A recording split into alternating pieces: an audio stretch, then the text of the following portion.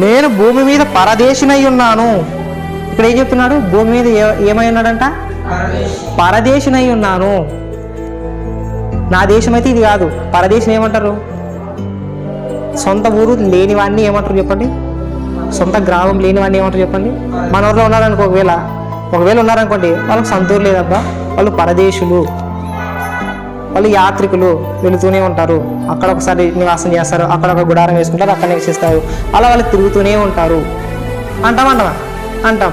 కానీ ఇక్కడ భక్తులు కూడా అదే చెప్తున్నారు, భూమి మీద. అందుకనే అబ్రహాము గారు వేల కోట్ల ఆస్తిపరుడైనా కూడా ఒక ఇల్లు కట్టించుకోలే, కేవలం గుడారాలలోనే నివాసం ఉన్నాడంట చచ్చేంత వరకు. ఎంత విచిత్రం చూడి, కోట్ల ఆస్తి, మళ్ళీ అన్ని గొర్రెలు, అన్ని మందలు, అన్ని ఎడ్లు, అబాబాబాబా. ఒకసారి లెక్కేస్తే ఈనాటి ఉన్నటువంటి ధనవంతుల కంటే అబ్రహాము గారు చాలా ధనవంతుడు.